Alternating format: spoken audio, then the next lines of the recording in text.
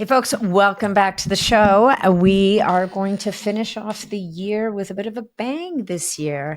Our topic today is the very, very fascinating topic of using psychedelics therapeutically. And my guest is really big in this space and also trains coaches. So for people who are interested in becoming coaches in psychedelic therapy, this is the episode for you. And if you're a consumer looking to learn more about psychedelic therapy, this is the episode for you as well. So before I launch, of course, I want to thank you guys for being here. I'd love to invite you to go to natniddam.com, and that's where you're going to find information about my private membership community and also where you can sign up for the newsletter. And I also want to give you advance notice that coming in 2025 is we have a brand new website coming out. And I'm really excited about that. So you're going to want to keep checking in on this website because it's going to undergo a massive change and be incredibly informative and much more user-friendly. So I digress. Thank you for being here. And of course, if you get value from this episode, make sure to share it with your friends, family, and networks. And if you're feeling inspired by the podcast, please make sure that you leave us a review because that is how we rise up the ranks, reach more people, and continue to grow. And did I mention about growth that we've surpassed 2.5 million downloads already? So super excited and of course, grateful to all of you for that. Now, let's talk about the episode. I'm excited to welcome you back. And today we're going on a wild ride through the world of psychedelics with Paul Austin, one of the leading experts on microdosing. We're talking about the stuff that might just make you smarter, more creative, and dare I say, a bit more zen. Think psilocybin, LSD, and how they're not just for mind-blowing trips. They actually could help you level up your mental health and personal growth. In this episode, Paul shares his journey from growing up in a pretty buttoned-up environment to becoming a trailblazer in the psychedelic space. We'll get into how microdosing could help with everything from PTSD and depression to boosting your focus, creativity, and even your social life. Plus, we explore why the future of psychedelics in medicine is looking brighter than ever. I mean, admittedly, it's a struggle. It is an uphill climb, but it is starting to get some traction. Now, whether you're here to learn how psychedelics might enhance your brain power or just curious about what happens when you take your wellness routine way off the beaten path, this episode is packed with game-changing info. Let's get into it. If you want to learn more about Paul Austin, you can go to his website, thethirdwave.co. He's also got a Facebook group. Third Wave is here is the name of the Facebook group. And on Twitter, he is Third Wave is here as well. And now let's jump into the episode. Hey, folks, just a quick reminder that all of the information presented in this podcast is for information purposes only. No medical advice, no diagnosing, no treatments suggested here. Before you try anything that you hear about or learn about here, make sure that you check with your medical provider. Welcome to the show, Paul. It is a pleasure to have you here today. Hi, Natalie. Thank you for having me on. And I'm looking forward to talking about microdosing and performance and neuroplasticity. I think it'll be a good conversation today. All the words in the intro. That's what we want. So we are gathered here today, but you are far, far away. It's super late where you are. You're in Portugal now, right? I'm in Lisbon, Portugal. I've been here about a month or so, and I lived here previously. In 2016, I was here for 6 months on and off. And at that point in time, attempted to get a visa, but I'm not very detail oriented. I don't think I followed all the steps right. I didn't get a visa. So I ended up moving to New York, and I've been living in the States for the last 6 years now. I was in New York a couple of years, Miami a couple of years, Oakland, the mountains of Utah, and then in San Diego. And now I like spending time in Europe, but the first 6 years out of university, I lived abroad in Turkey, Thailand, Mexico, many other places. And so I'm kind of looking forward to living abroad once again and, looking at what it will take to get a residence visa here in Portugal. And I was telling you about this before we started the show, but they're quite open to some of the work that I do professionally, which is not true of every jurisdiction necessarily. So, and it's like, I live in San Diego now. That's where most of my things are. And like the weather's just as good as California, but it's half the price, and I can walk everywhere. So it's nice that way. And in a pinch, you can hop into a tuk-tuk. Yeah. Or, an Uber to the airport is, I think, 10 euros, which is, about $10. The same I'd pay $90 for in New York or, LA. So it's just, especially in a time of inflation, there's business challenges, there's economic sort of constrictions. It's good to explore, or have the optionality to explore other places where there's still great value and money goes a little bit farther. And I think Portugal is one of those key spots because it's safe, it's modern, it's got a great expat community, it's got a lot going for it. Yeah, no, I 100% agree. I was there not that long ago, and it's definitely a place that gets you thinking, a little bit differently. Sure. Okay, so let's talk about our topic at hand today. And just before we dive into the nitty gritty, I'm curious about what brought you to this. Like, this is you don't get into this field, I don't know, casually. Unintentionally? Like, no, it's like, it's pretty intentional, right? So how did this become your calling? How did you know that this is where you wanted to be? Yeah, well, it's interesting because I grew up in a small town in Michigan, which is in the Midwest, is pretty conservative. And I grew up in a religious, not fundamentalist religion, but definitely like church every Sunday, for up to 4 hours every Sunday for the first more or less 18 years of my life. And then a lot of my family values were determined by, what the Bible said, and also my parents' interpretations of the law, and, what the law said was good and what the law said was bad. And when I was 16, I tried cannabis for the first time, and my parents found out, and they weren't too pleased. And they said some not like pleasant things. My dad, in fact, said something along the lines of, his brother had died 35 years before that in a car accident. He was like, I haven't been this disappointed since my brother passed away in this car accident. So it like really affected them. And so on the one hand, I was kind of curious, like, why is this affecting them so much? On the other hand, I was like, well, clearly I can't tell them about these things that I want to explore, because I wasn't going to stop exploring my own consciousness, right? And I smoked cannabis before I started drinking alcohol. The next year, then I started exploring alcohol. When I was 18, 19, I drank quite a bit, my first couple of years of college. And then by the time I was 19, I started to explore psilocybin mushrooms and LSD. And when I started to work with those drugs, because these are all drugs, cannabis is a drug, alcohol is a drug, caffeine's a drug, but LSD and mushrooms are certainly drugs. They also can be medicines. Mm-hmm. And I had these really just beautiful, profound experiences with particularly LSD, but also psilocybin mushrooms that just really deeply impacted me, were very moving. I would go for hikes, usually with a friend or two, somewhere outdoors. I never did it necessarily in a, deep therapeutic context where I laid down and put on an eye mask. I was usually a bit more active. And it really just opened my mind. And so I noticed that after I would have these experiences, 19, 20, 21, that for the 2 or 3 weeks after, I just felt a little bit more at ease. I was able to eat healthier. I was more mindful of how I showed up in relationships. I started to meditate. I became very interested in meditation. I became very interested in diet and nutrition. So I started to study a lot about paleo. I started to do CrossFit. At the same time, I was also a college athlete. So I played soccer in college. And so that really informed a lot of my move. And so I was this guy who was doing LSD in the off season, and then coming in, and that helping me to eat healthier, perform better, right? My grades before LSD, after LSD, my grades significantly improved. I took on more responsibility. I started to get really involved in exploring small business and entrepreneurship.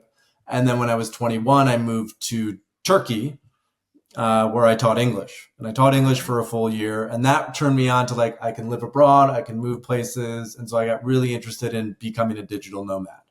And so I moved to Thailand and started an online business and just started to teach people online. I had courses online in the same topic that I taught English on in Turkey. And that really opened me up to, I can live anywhere, I can work from anywhere, I can be my own boss. It really helped me to experience sovereignty. And on that sort of journey, I was living in Budapest for the summer of 2015. And I was taking a higher dose of LSD with a couple friends.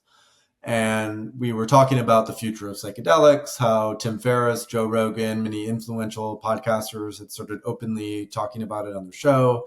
There was a lot of clinical research coming out, and cannabis was being reevaluated. So this Schedule 1 very illicit substance was all of a sudden, there's some reconsideration about its potential uses. And so I just sort of at that point in time was like, okay, these have really positively impacted me. There's a lot of research that shows that it can positively impact people. And so I just started to read a bunch. Like I read probably 25 books all about psychedelics because there was a lot of history. There was a lot of research in the 60s.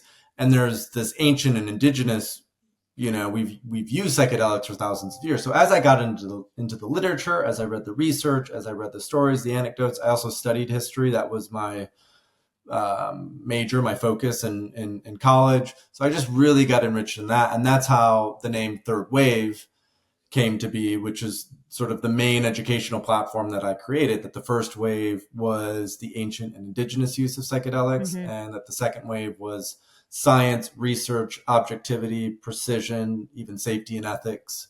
And the third wave is how do we sort of blend both worlds, right? And for me were deep parallels with health, with physical fitness, with physiology, because one of the lessons, and I think this is relevant specifically for your audience, one of the lessons when we get into biohacking and performance and evolution growth, it's like there's an element of us that we know is purely biological and has rooting for evolution. It's biological evolution for tens of thousands of years. It's about how we interact with light. It's how much we need to sleep. It's the efficacy of fasting, why fasting is so healthy. It's why walking and, long distance and nature has been shown scientifically to be very healthy. So we're like, there's all these ancient things that we did for thousands of years. And there's all this new cutting edge technology, right? There's peptides, there's stem cells, there's gene therapy, there's so much, available PEMF mats, neurofeedback, so much available to us. Psychedelics are very, very similar. There's like these medicines that have been around for thousands of years that we've used in an evolutionary biology, but there's also new psychedelics being invented every year. Right. And so what I think that represents, it's like, how precise can we be with our consciousness? And the more precise we can be with our consciousness, then the easier it is to create the body, to create the business, to create the life that I think we want to lead. So that's part of the reason I'm interested in them. Yeah, no, it's a great, and in reading your book, it was really interesting at the beginning, how you talk about how there was this clampdown on research and we lost so many years of learning because of, agendas that were like, who knows what they were rooted in, but whatever they were rooted in really kind of denied humanity the continued progression of understanding and learning. Because, fast forward to today, and psilocybin is looked at as in certain areas as a major therapeutic for helping people who have addiction problems or serious mental health issues. And so imagine if that had happened 40 years, 30 years ago, or whatever that window, that it's almost like there was this dark age. And now we're coming back out into the light a little bit. So I do think, and you could argue there was a dark age for 1700 years before the 50s and 60s, right? So it was like we've been in a dark age for almost 2 millennium. Yeah. The 50s and 60s was sort of this blip again. Yeah, this little crack. It was like the initial spark, and now it's like, okay, the spark has led to some kindling, and now the fire is really going, Cal Berkeley did a recent study, and they found that 61% of Americans support legal psychedelic assisted therapy. And the other interesting statistic that they found was the number of people who worked with psychedelics from 2019 to 2023 within that 4-year time period quadrupled. So four Yeah. times as many people took psychedelics in 2023 as 2019. So, and a lot of that was the legal use of ketamine for mental health, Mm-hmm. especially in COVID and COVID lockdown. But also a lot of it was microdosing and people just, you know, accessing it, growing their own mushrooms. There's a lot of places that now openly sell it. The DEA and governments are not enforcing really much, if anything, Mm-hmm. in the psychedelic landscape. So it's a really interesting time. And the final thing that I'll say is MDMA, which is Yeah. commonly known as ecstasy. The pure form of MDMA has been brought through clinical trials, and the FDA will almost certainly approve it in August of this year. And so by the end of this year, the DEA then has to reschedule it. But by December of this year, it's very likely that MDMA will be legally available to treat PTSD Wow. for people, particularly war veterans and those who have been sexually assaulted or raped. So I think that is huge because every day we have 22 veterans who commit suicide in the United States.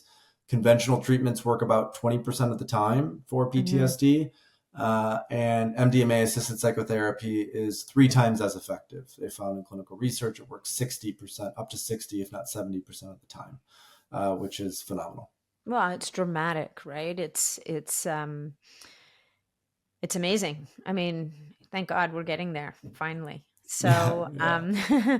so okay, so let's talk about the effect, if you will, of and I'm pretty flexible. I've done a whole we did a podcast on ketamine last summer, and I Okay. thought it was really, I just think it's and what we're talking about here, guys, and we will talk about microdosing, which I think done with intention doesn't necessarily have to be in a therapeutic setting. But when we're talking about treating things like PTSD and serious mental illness or addiction, like we're talking about using these compounds very intentionally in a therapeutic setting. And I'm just curious with ketamine, the way it was described to me is it kind of allows you to revisit experiences in a completely, I don't even know if, I mean, I guess it's a detached way. It's like you're not personally involved, right? So it allows you to Right. be more of an observer and to be freed of whatever,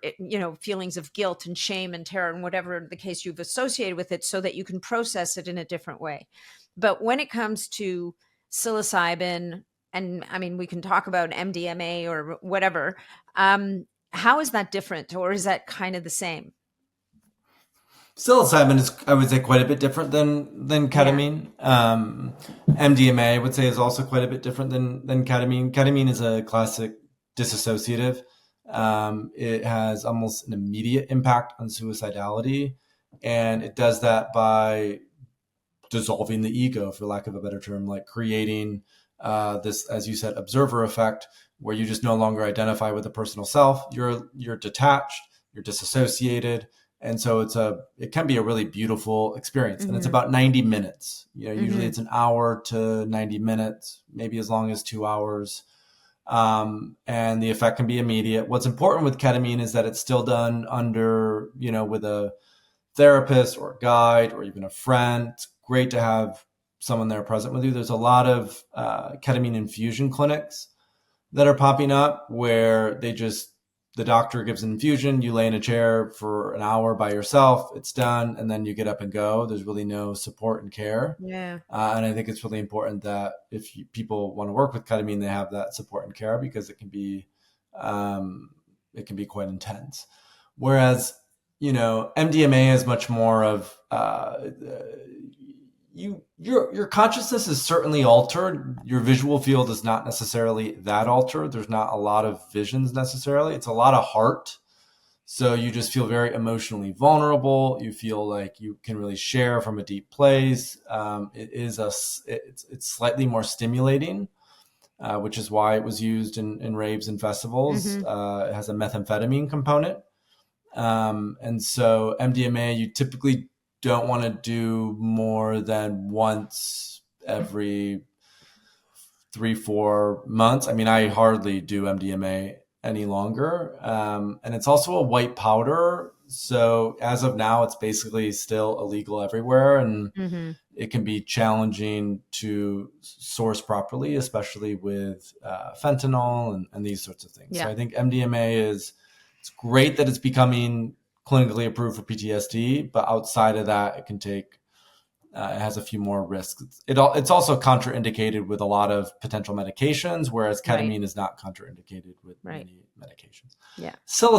I like psilocybin probably the most out of those three because it is natural, which helps. It's accessible. It's quite inexpensive. It's quite easy to access. You don't necessarily need to be under the guidance of, or you can't really even now get prescribed it. So usually it happens through either growing your own mushrooms. So we offer like a grow kit through Third Wave. There are a lot more online stores popping up, but it's still largely illegal, right? That is Mm-hmm. important to know that it's still largely illegal. It has very few contraindications. The only thing that's contraindicated with psilocybin is lithium. So if you're on lithium, you cannot take Right. psilocybin. You should not really be taking psychedelics. But if you're on SSRIs, you can take psilocybin safely. If you're on SNRIs, if you're on other substances like that, what's really important to emphasize is that's done under the guidance of a medical professional. That if someone is looking to wean off certain psychiatric medications, microdosing psilocybin can be helpful in that, but it's also important to have a psychiatrist, a clinical therapist, someone who is supporting, a pharmacist, someone who's supporting you through that.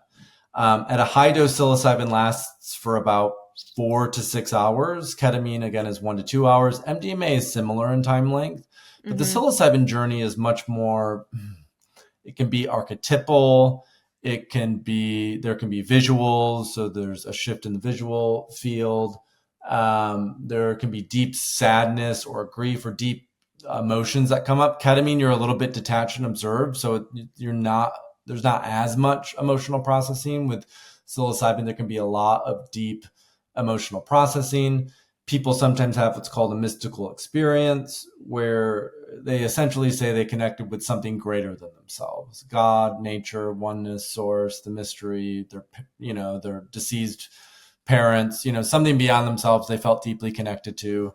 And a lot of people will say, oh, I also felt deeply connected to, if they do it outside, to nature, if they do it Right. with in relationship. A lot of people look to it to help with relationships. So that, I feel like, is, I kind of call it, mushrooms are like the medicine of the people. Like, Mm-hmm. super easy to grow, very accessible, have clear, backed by scientific research benefits, both, lion's mane and turkey tail and chaga and all these, but also the psychoactive kind Yeah. as well. And so a lot of it is just then the educational process of, well, how do I do this, right? Like, how do I work with it? How do I make sure it's safe? How do I make sure, I work with someone who's professional, how I know what I'm doing, and Mm-hmm. also how it's going to affect me. Because I think obviously the fear for many people is that it could have negative long-term consequences, or that it could lead to a quote unquote bad trip. And so, and what a lot of people aren't necessarily aware of is there's a lot that can be done to significantly improve the likelihood of a very healthy and beneficial outcome. And so that's really the educational gap that I've always been working to close: is how do we bring people from not really knowing what they're doing at the end of the day to actually having some level of context and education and understanding about how to navigate it, because the likelihood they have beneficial outcomes is much greater. And that's a net positive both for them, but also for what I would argue is society at large. For sure. So, well, I mean, and having intention, because that's what we're really talking about here is how do we Right. leverage these compounds for benefit, right? And so, macrodosing is one thing. You're going to have a trip, and it could be for pleasure, it could be for moving through something, whatever the case may be. But and psilocybin, there's some good research around helping people through withdrawal of serious addictions. and stuff like that. But that's a very medical, therapeutic kind of setting. And I think that there was a movie about this, right? About a young woman. Did you know? Oh, wait, you're raising your eyebrows at me. I saw something you There could didn't have been see. Come Dosed. Are on. you thinking about Yes. Dosed? Yes. Yeah, Was that not okay, I think so, psilocybin? yeah. I would think it was psilocybin and potentially ibogaine, but I think mostly I think it was psilocybin. mostly psilocybin anyway, but it was a very compelling story. But I thought for Right. the purposes of today, not as many of the listeners are going to relate to the addiction thing, even though there's a bit too much of it in the world for anybody's liking. But I was wondering, like, where I really wanted to go with this was this whole area of microdosing, which is a big piece of of the work that you do, and helping people to understand what are the benefits, who are there's all kinds of people that use microdosing as a tool professionally and personally. And this is about, opening up your creativity, breaking down maybe some of your, I don't know, we all live with all these stories and preconceived notions. Like, is there a role for microdosing in helping us to kind of transcend some of our own limitations? And, when you read about microdosing, a lot of people will talk about getting into having an easier time getting into a state of flow, or accessing creativity in a different way. And not even necessarily in a, kind of what people might imagine as a trip, but just in a much more subtle way that you're doing your work and you're able to access different areas. So I was hoping, basically what I wanted was to kind of lean into that. And also this, talking about, you talked about this before we started, even like the benefits for neuroplasticity in terms of Right. developing a new muscle, if you will. Right. Yeah. A new muscle. So microdosing is interesting. It came on the scene maybe 13 years ago. A book was written. There was a chapter included about it. So people started to experiment, try it out. And there was some clinical and historical context in the 70s. There was quite a bit of research done on what's called psycholytic dosing, which is taking a low dose of a psychedelic in conjunction with therapy once a week. So someone would go see the therapist and they would take not a full macro dose, a little bit more than a microdose, a low dose, in Mm-hmm. conjunction with that therapy. And they found very good clinical outcomes. So, and what we also know from an indigenous lens is people in the Amazon and people who worked with Iboga in Africa and a couple other spots have found improvements in visual acuity, reductions in fatigue, um, so more endurance, more stamina, as part of microdosing. So there's a little bit of background. Anyway, in kind of today's echelon and today's modern context, there's, I would say, two main substances that people are looking to microdose. One is psilocybin mushrooms, which we already talked a little bit about, and then the other is LSD. Mm-hmm. And LSD is my personal favorite. Although I also have microdosed with psilocybin mushrooms on many occasions. The main difference between the two is LSD is more about cognition. There's more dopamine associated with LSD microdosing, dopamine production. So when people microdose with LSD, it's a bit more about focus, attention, motivation, whereas psilocybin is more serotonin, which is more tied to like the body, somatics, contentment, emotionality, things like that. So, and LSD is a little bit more intense. It's a little bit more stimulating because of that dopamine component. So typically people will microdose with LSD twice a week. They'll microdose with mushrooms maybe 3 times a week. And they'll do that for 30 days or 60 days for like an extended period of time. And the idea behind it is that taking these low doses 2 or 3 times a week helps to improve neuroplasticity. So it's increasing the production of something called BDNF, brain-derived neurotrophic factor, which is a precursor to neuroplasticity. It also helps with, activating. So oftentimes what happens neuronally is we have these connections in our brain that over time, as we stop really pushing ourselves and learning and growing, these connections start to die off. And so part of depression is what happens neurologically is you have these neuronal connections that just start to wither away. And when you microdose, take low doses of psychedelics, also high doses of psychedelics, there's this sort of re-sprouting, this reconnection. You can actually literally regrow the dendrites in your brain and your neurons, Mm-hmm. which is fantastic. Yeah. And so a lot of people who have TBIs, a lot of people who have a history of concussions, a lot of NHL athletes and NFL athletes are working with psychedelics and low doses of psychedelics to help improve overall brain function and performance. So I'd say that's one of the key benefits. The second benefit that I would point to, and again, the neuroplasticity is really in regards to the prefrontal cortex. It's helping to basically, the prefrontal cortex is related to decision making, it's related to communication, it's related to strategic thinking. It really is kind of like helping us to make better sense of the world around us. The amygdala, which is, I'm sure many of your listeners are familiar with, it's this tiny almond-shaped size. It's the reptilian brain. It's our fear center. And so when we take a psychedelic, what's happening is it's kind of like a nice, cozy blanket for our amygdala. Like it lowers our fear response. We become more courageous. These difficult or hard things that we put off, or the conversation that we don't want to have, or the gym day that we don't necessarily want to go to. There's just something about taking these low doses of psychedelics that just kind of push you to do it. They really help you to kind of be a bit more proactive in making courageous decisions in life. And that, as we all know, like oftentimes what leads to growth and development is making those hard but necessary decisions in business and relationships, whatever it might be.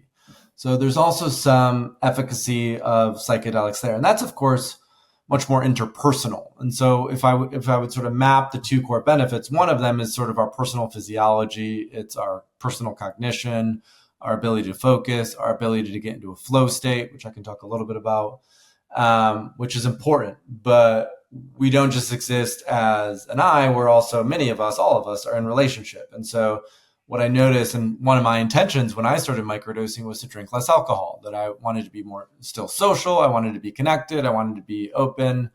But I didn't want to drink alcohol because I felt terrible the next day. And I'm like, this is a toxin. Why would I keep putting a toxin in my body?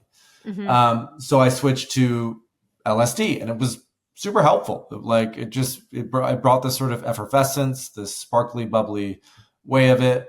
And so that was one of my core intentions. The other core intention that I had in my initial microdosing protocol, which was almost 9 years ago now, I microdosed LSD twice a week for 6 months. I really enjoyed it, so I just kept doing it. And what I found in that is it helped me with social ability, the interpersonal, but it also helped me to just sort of break through the resistance that I had to creating. That I was 24 at the time, 24, 25. I was starting my first business as an entrepreneur. I was trying a lot of things. I was experimenting. I was creating a lot. I wrote a book. I was shooting a lot of videos. I was, doing all the other things that it takes to get a company off the ground. And microdosing in particular just helped me to better focus my attention but also to think about things creatively and be able to not only get in the weeds and get things done. It was pretty helpful for that. But even more importantly, just think about the larger picture, how things are moving together. And so I found it to be a useful tool for both. And of course, what I was looking for was that flow state, right? It's like, how could I set aside an uninterrupted block of 1 to 2 hours? And what I found was with LSD, within that sort of flow state container, it just, you feel my mood was always better. So when your mood's better, you're just naturally going to be a little bit more playful. You're going to be a little bit more creative. It felt more fun. And so I think just because of that, it was just much easier to like get into it, like get into a rhythm for 90 minutes, for 2 hours, and not be pulled out of it by anything, by my phone, by the bathroom, by an email, by whatever. It would just be uninterrupted. And I didn't necessarily experience that before I started microdosing LSD consistently. Now, I will say, I don't know how much I attempted to experience it. So the concept of flow, the idea of flow, and my microdosing sort of, they converged around the same time. And it was undoubtedly helpful. And still today, like if I have a 2 hour block, like tomorrow morning, for example, I'll take a little bit of LSD, which thankfully I'm in Portugal, so it's decriminalized here. So I'll take a little bit of LSD and I'll have like a 2 hour, 90 minute, 2 hour block where I'll do a working session. Mm-hmm. and it'll just help with the ideation. It'll help with how things flow. And then when I'm back at my desk, because usually I do it in a journal, I go to a cafe, I go somewhere where I can just be, I don't bring my phone, I'm not distracted, right? I can get into something. And then I'll come back and I'll actually just get on my computer and like knock the things out that need to be knocked out, or put it into the dock, or whatever that might be. But I try to spend that logistical time. And I find with microdosing, it's quite nice to not be in front of a laptop, Mm-hmm. basically. Yeah, no, that's really, but you're talking about now more about LSD. What about, so with psilocybin though, you said is different. Like LSD is more of a focus thing. Um, and then whereas psilocybin is, it sounds like it's more creative. So maybe not quite as hardcore focus, but maybe you think broader, or, and would you I would use say them? Would you alternate them, or would you only do one and then do another one? Like how would you? so. For an initial microdosing protocol, what I usually recommend is stick with the same one for a period of time so you can see how it feels. If you get a couple weeks in and you're like, I'm really not feeling this, then good potential to switch, right? Pay attention Mhm. to that. I would say LSD is probably still more creative. I would say psilocybin certainly can be creative. I find it to be more emotional. Like people will say, I tapped into certain things that were just under the surface that needed to be processed or brought up. Or the flip side of it, I just experience a lot more bliss and awe and joy. Um, and it helps people to be a little bit more present in Mm, interpersonal relationships, listen better, presence themselves better. Yeah, just whereas LSD can be a little like, I mean, I'm like on a mission, right. Right. like it's a Yeah. little bit more that way. Not quite like modafinil or Adderall, softer than that. Again, more playful, more fun. But I'm definitely like, I'm here to I got things to get do. things done. Psilocybin's a bit more. Now, I will say, because I think it's important for the audience to hear this, that oftentimes psilocybin is combined with certain herbs and nootropics. And so my microdose that I take with psilocybin is very specific. If you take psilocybin just by itself, it will have more of the experience that I just mentioned. But the supplement that I take, the microdosing supplement that I take with psilocybin mushrooms has lion's mane, which I know Mm, you've talked about previously, yeah. cordyceps, which is another Yeah. functional mushroom, bacopa, which is Yeah. a nootropic, and long jack, also tonka ali, which is a Chinese herb and also a kind of nootropic and a good thing for focus. It also has shilajit and griffonia seed. So psilocybin, what's so great about it is psychedelics tend to work and pair very well with other herbs and plants.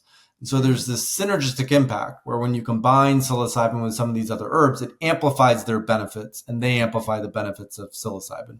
So it creates this new, and the most kind of famous one of this is named after this guy, Paul Stamets, who's a well-known mycologist. yeah. And he created something called the Stamets stack, Yeah. which is combining psilocybin, lion's mane, and niacin, Okay. I believe Vitamin B6, B3. Yeah. vitamin B3, Yeah. correct. And it's a vasodilator, right? So the vasodilator helps to open up the central nervous system, helps to open up more capacity in the brain. The psilocybin and the lion's mane combined have this 1+1=3 effect on BDNF, which we talked about Mm-hmm. earlier. So it really helps to supercharge neurogenesis. And he believes that combination is probably the most potent, which I wouldn't disagree with necessarily. The challenge is taking niacin because it's very uncomfortable. People Oh, start is this the itching all flushing? over. This is the flushing niacin? Yeah, Yeah, this is the that's flushing unpleasant. niacin, And what's the right? dosage he's using? I want to say 100 milligrams. So 100's not too bad, I would say. Like 100 milligrams, Okay. most people can kind of tolerate. I last year was doing a brain protocol and I wasn't paying attention, and the dosage was 500 milligrams, and I made the Oh ridiculous my mistake of God. taking 500 milligrams. Okay, you guys who are listening, you should see his face right now. Oh no. Oh That yeah, no, would it be was a so seriously uncomfortable. unpleasant experience. It was, Oh, yeah, no, it was. If you've ever done flushing niacin, it's like it worse than you ayahuasca. it's really unpleasant. It just doesn't have the purging thing, but frankly, you wish you could, because it's And like it's you're shorter, it's purging. like 15, 20, 25 minutes, right? Yeah, Or maybe was it it was longer for you? 30. Oh, It was really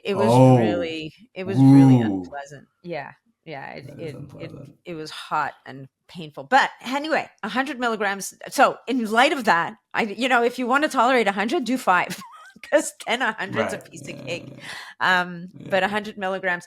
But I can see how that would really work. And what's interesting is there are a couple of peptides that people will use for this purpose. Like there's a peptide called dihexa that the clinicians that will talk about it will often say it's like miracle grow for your brain, right? So it Okay. upregulates BDNF and NGF and all that stuff. But one of the things they talk about is if you're going to do a run of dihexa, and it's a little bit like intentionality, make sure that you're learning something new. Like make sure Right. that you're giving your brain a job, because otherwise it's kind of like throwing fertilizer down and not no seeds. Like you have really rich That's an soil, interesting way to frame it. Yeah. but nothing's really happening, right? Because you're not actively pushing your brain to kind of build new pathways and do new things Correct. and give direction to all that growth. And I'm wondering with psilocybin, like even with the Stamets stack, with the psilocybin and the lion's mane and the niacin, or frankly any microdosing to some degree with psilocybin, because that BDNF thing is there, and if you're adding the lion's mane as well, like I wonder if having, being in an environment where you're actively doing stuff as opposed to just kind of floating around might be more, give you a better outcome on the other side. I mean, it would certainly have an impact on the outcome, right? Like Yeah. there's a couple of ways to look at this. One is I think even if you just did a microdosing protocol and you changed a little bit, but you weren't incredibly gung ho about what's the intention, what's the project, what's the new thing I'm going to learn, but you just did it, and especially for people who are maybe been in a rut, like typically the reason I start microdosing is because if I've been in a little bit of a rut, it helps me to like get out of it and get Mm. more active again. So it kind of gets the ball rolling. And Yeah. then the ideas of, oh, I'm going to check out this creative project, or I'm going to get this book done finally, or I'm going to like kind of naturally flow from Mm-hmm. that because there's Mm-hmm. this different energy that's present. And if going into it with eyes wide open, it can be certainly helpful to align. Like I did, like mine was when I was microdosing initially, I wrote my first book. It was a 90-page book on microdosing that I self-published, but that was in that 6-month protocol. I like made that commitment that I would write that book and Yeah. get it done. And I did it. And that was a great way to push myself to learn and grow.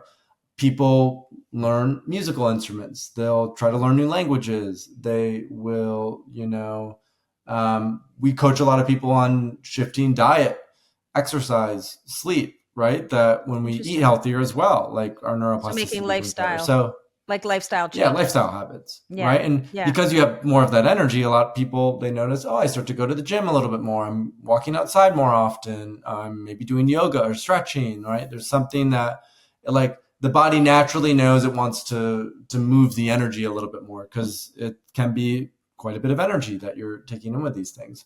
So I think having that is key and critical.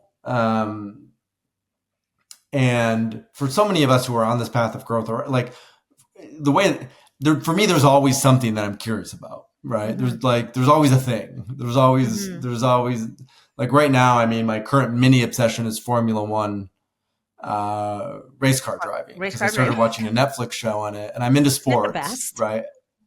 Oh, I it's love that insane. show. It's incredible. So I'm like, and so I'm getting into like the cars and the, The drivers, the so drama. the drivers and I'm like, I'm going to go to like 3 Grand Prix this year because I'm in Europe, I'm like, Yeah. there's a lot of, so anyway, so I always feel like that's the case, but not everyone is that way, right? Sometimes we're in seasons where things are a little bit slower, things are a little bit more quiet. And so aligning a microdosing protocol around a time where you're like, I really want to start that business that I've been, procrastinating on. I really want to write that book, or I really want to, invest in improving my relationship with my spouse or my partner. Like if there's a really sort of earnest and honest desire, then I find microdosing can just help us get out of our own way. It could just make it a little bit smoother and easier to like do the hard things that we know need to be done for that path to grow and emerge, which again comes back to what we talked about before, the impact on the amygdala, right? Gives us more courage. And then of course on neuroplasticity, we learn faster. And the faster we learn, the less life hurts typically. Yeah, and the more momentum we get. So is there, I'm curious though, like as we're talking about this, is there any research around psilocybin with around neurodegenerative diseases, or, you know, like in a They've neurodegenerative started disease? to Yeah. Yeah, they started to do research on psilocybin and LSD for Alzheimer's and dementia. Thus far, it looks okay. It doesn't necessarily look as promising as they were hoped. LSD and psilocybin are both anti-inflammatories, which is great for the gut, as we know, for gut health, but can also be applied very specifically and myopically. So they've started to explore that. I would say the main challenge right now is they don't have good funding for Alzheimer's and dementia specifically. So there's been a lot of great funding for PTSD and depression, because I think more people are impacted by that worldwide. But because it's so illegal still, because funding has been slow, a lot of this other really potentially cutting edge research on neurodegenerative diseases would be really interesting. There are two recent studies that are interesting to point out. Specifically on ibogaine, and ibogaine is an alkaloid that comes from iboga, which is a root, sort of a root bark from Gabon and Cameroon in West Africa. And this research was published by Stanford. So incredible research. 27 Navy SEALs, former Navy SEALs, all who had TBIs, were enrolled in clinical trial where they did ibogaine. And all 27 saw essentially significant improvements in TBI, to the point where none of them no longer qualified to have TBI. So in terms of neurodegeneration, we know it can certainly have an impact on the health of the brain.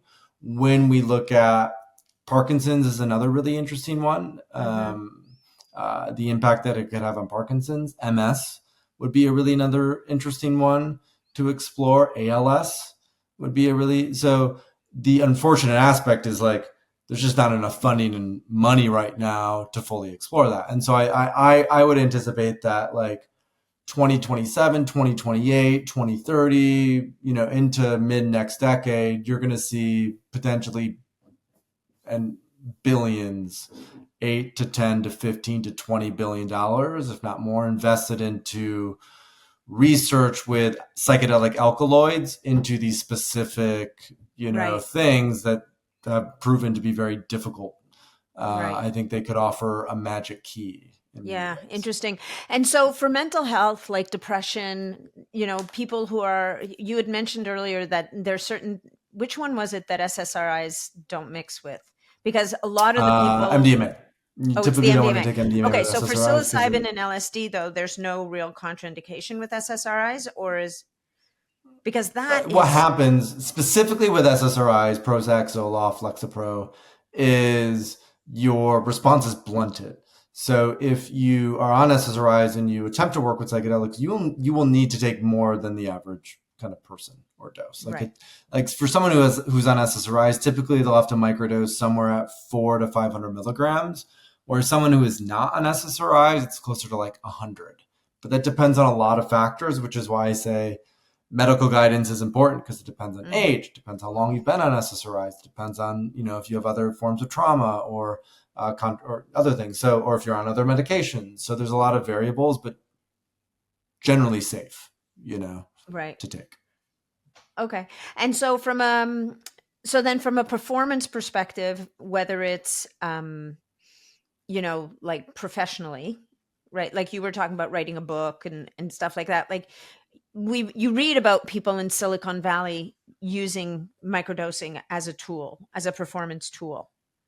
And so, as a person who, I kind of dabbled in microdosing, like I said to you before we started recording, I didn't know what I was doing. And I was like, I don't feel anything. So I didn't stick with it. I moved on. It didn't last very long.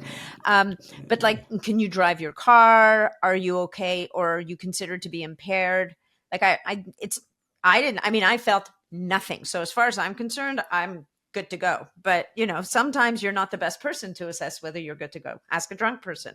I'm fine. Right. Just give me my keys. Right. It's true, right? And so, like, that's why it's important the first few times we take a microdose. Ideally, we don't have any responsibilities like driving a car. Hmm. Um, so at home on the weekend is usually the most accessible for most folks. And then it's a process of calibration that's required, really, because you didn't feel it at all. So if I would have been like coaching you, let's say, I'd say, okay, go up by another 50 milligrams. You come back to me, say, still don't feel anything. I'd say, okay, go up by another 100 milligrams. You come back to me and you're like, I noticed a little bit. I'd say, okay, go up by another 100 milligrams. And you come back to me and go, yeah, I definitely felt something. And this is what it felt like. And this is what I noticed. And these are the emotions. So typically within a microdosing protocol, you want to get to a point where you're like, yeah, definitely noticed something, right? Okay. You're not That was my necessarily question. Yeah. intoxicated, Hmm. but it's like if you drink a glass of wine, you drink a glass of wine, or if you had a beer, you like feel a little bit of a buzz, or if you smoke a cigarette, you're like, okay, like I know what tobacco feels like. Should be up to that kind of like slight inebriation, but not intoxication. Okay. And so I typically refer to microdosing these days as a sub intoxicating dose of psychedelic. There's no visual changes. There will be enhancement of typically smell is one of the first things I notice. A sense of touch. Things will feel slightly different. Like really soft things will feel even more amazing. My visual acuity will improve. I can see slightly better and clearer, particularly with LSD, but it's also the case with psilocybin mushrooms. But I drive with it, no problem. I would not recommend beginners to because I've been taking psychedelics for 15 years, so I Right. kind of know my way around I know how to orient. But for those who are brand new, it's like, yeah, you want to get a little bit of practice in before. It's like driver's training, it's like get a little bit of practice in before you get your license to go explore at will. And doing that with a coach, doing that with a guide, doing that with a practitioner. In fact, it's why even through Third Wave and our Psychedelic Coaching Institute, we train practitioners, we train coaches, we train therapists in what we call the skill of psychedelics, because the more skillful we become at working with psychedelics, either Hmm. at these low doses or potentially at these high doses, what we found is, the ability to accelerate client outcomes is significantly easier. And in any sort of coaching container, no matter the intention of the coaching, executive coaching, health and wellness coaching, sports, performance coaching, right? There are ways in which psychedelics, in which microdosing can be beneficial within that container. But like we talked about, the seeds need to be laid. There has to be some form of guidance. There needs to Hmm. be the appropriate dose taken at the appropriate time within the appropriate context. So it does take a little bit of I'm getting used to, but it's also not rocket science. I think that's the Yeah. beautiful part of it. This isn't some esoteric, like really difficult thing to access. This is literally you taking a supplement in the morning a few times a week, and maybe you journal for 15 minutes, or maybe you meditate for 15, 20 minutes, just kind of notice and observe what happens. Yeah, that's really interesting. So basically, we've talked about it so has interesting applications in mental health applications. It has interesting applications for people trying to make lifestyle changes. People maybe trying to break through certain obstacles professionally. They're trying to overcome inertia. Maybe that would be another interesting application for it. I was just thinking of a final one I was going to ask you before I let you go and go to bed because it's really late No where worries, you that's are. totally fine. Hang on, and I'm a little mindful of that. But the fourth one I was going to ask you about, I can't remember. Okay, well maybe I should be Relationships, microdosing so that spirituality, spirituality, maybe life spirituality, yeah. purpose, motivation, nervous system, practices like hot, cold plunge, sauna. Well, it's gonna if it's Uh, gonna bring you into the present, into the moment, it's gonna make all of these things more accessible. And you know, the way that you described it as a blanket for the amygdala, I think it points a lot to, Yeah. oh, I know what I was going to ask you. It points a lot to a lot of our blockages are fear based, right? Right. Whether it's fear of failure, fear of, They're irrational in many ways. A they're lot of our irrational fears are fears. And irrational. if we can dampen that fear, I mean, you would argue that out in the jungle, it might get you killed. But in real life, those fears often are the things that stop us from moving forward. You know, well, what if they say no? Or what if that doesn't work? Or that's never going to work. And if we can get rid of some of those objections in our own minds, it allows us to move past some of those invisible barriers. But what I was going to ask you about as a final question was, in cases of chronic disease, of people who are suffering with chronic diseases that seem to be like intractable, right? And we've got a lot of those people in our communities, people with Lyme or mold toxicity, or, you know, some of these like low grade chronic, like they just can't seem to break through. I'm just curious, like, is there any, because I've interviewed a few people over the last few months that are tapping into the mind in a different way to deal with some of these very, what we think of as a very physiological issue, which it is. There's a lot of physical to it. And yet there seems to be a magic to unlocking certain aspects in the mind that can really help people move through some of these challenges and sometimes even overcome them, like against all odds. Have you done any, are you aware of any research, or have you observed anything in your populations of people you've worked with in that space where, you know, they're dealing with physical issues and somehow microdosing, it's not that it healed or cured them, but it somehow helps them to move past certain aspects? So there's a couple, the Cohen, Stephen and Alexander Cohen. They have the Cohen Foundation. The TV show Billions is based on Stephen's life. He's also the owner of the New York Mets. They have donated a lot of money to the MDMA assisted psychotherapy research for PTSD. The other thing that their foundation largely is looking at now is the effect on Lyme disease. And so they've started to do some clinical research on the efficacy of MDMA assisted psychotherapy for Lyme disease. I would say at this point in time, the anecdotal evidence exists. There are quite a few people who have worked with psychedelics, and it's helped with long COVID. It's helped with mold. It's helped with detox. It's helped with Lyme.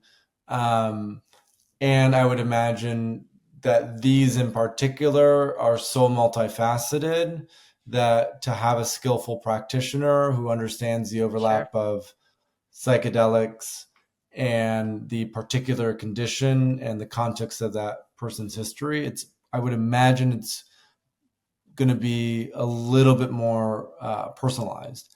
Mm-hmm. I don't, I could offer some conjecture or some sort of speculation as to why it is useful.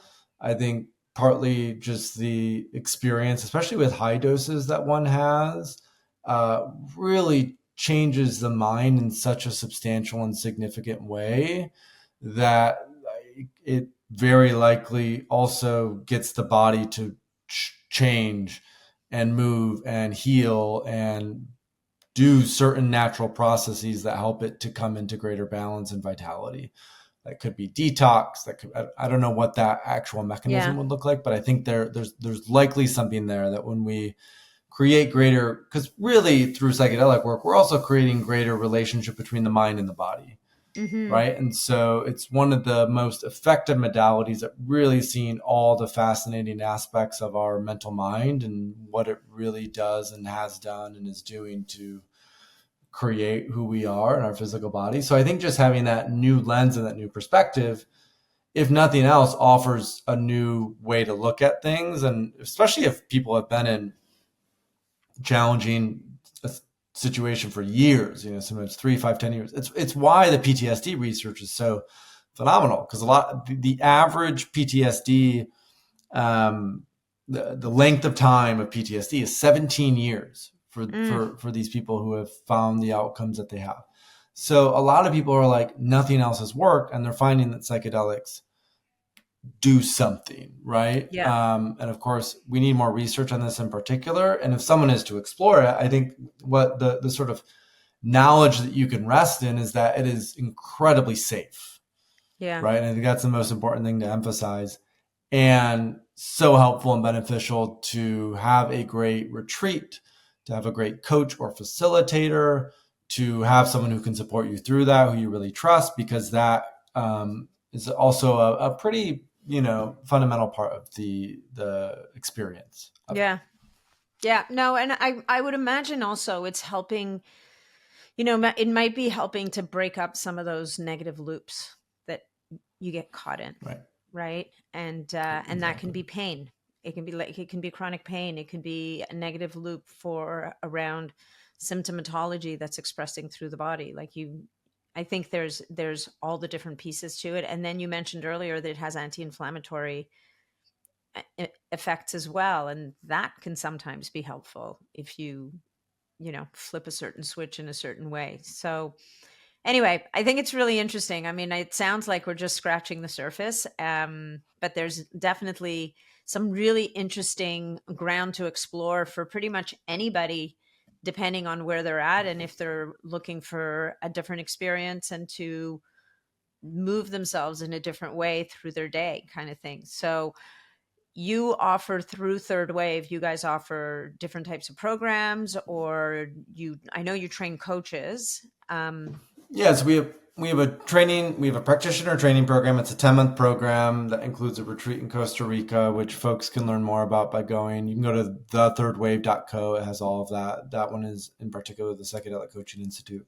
We also have a directory of providers, retreats, clinics, therapists, and coaches. So that's why I emphasize providers so much. We do have a Yeah. vetted directory, so if folks are potentially curious or interested. And we have a lot of free education, free guides. I have a podcast that I've hosted for many years, so lots of interviews. So that's like a good one-stop shop, a good initial resource to check out. And then if folks have questions, if they're curious, if anything's come up from the episode, I'm pretty active on Instagram and Twitter at Paul Austin 3W. And so feel free to send me a message, and I'm quite responsive. And if I can help and be of support, I'm happy to do that. Amazing. And the name of your podcast, Third Wave? The Psychedelic Podcast. The Psychedelic. So of easy. course, what else could you? I thought maybe Third Wave, but okay, the Psychedelic Podcast. It used to be called that. So for years, I just it? called it Third Waves Podcast. And in the last year, I shifted it so it could be a bit more like... It's more direct. Third Wave can be anything, right? Psychedelic Podcast. Yeah. To the point. Yeah, that's well, it. Paul, thank you so much. This is fun today. I'm glad we got to do this. Thank you. Yeah, me too.